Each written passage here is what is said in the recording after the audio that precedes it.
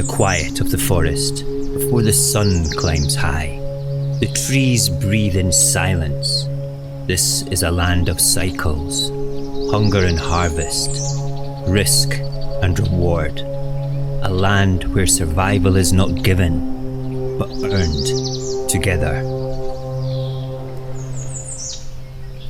When the time came, the strongest hunters of the village would gather. They did not gather for glory. They gathered because they knew if they hunted as one, they could bring down the great stag. Enough meat for all. Enough to see the village through a month. The stag was not easy prey.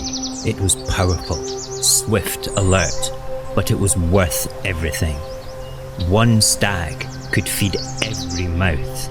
One victory could carry a people through the hardest days. It would not come easy, but it could come if they stood together. They traced the hunt in the dirt. Each hunter knew his place. The path was dangerous, the outcome never certain, but the plan was clear, and they believed in each other. That belief was the sharpest weapon they carried. In the woods they went, each step placed in silence. The wind moved through the leaves like whispers of old hunts long past. They were not yet hunters, not yet. Only when the stag fell would the hunt be complete. And then they came, rabbits, fast and foolish, a flash of fur, a snap of instinct. One hunter broke rank, then another. The chase was easy, the reward immediate. And the great stag waited, unnoticed. First hunter grinned. He had meat in his hands. His family would eat tonight. But the others saw more than victory. They saw a choice. The stag still waited, but so did the comfort of a smaller win, a certain win. The line broke. The unity thinned.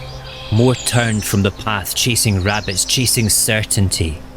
And with each footstep away, the silence grew heavier. The stag stood still, but the hunters no longer stood as one.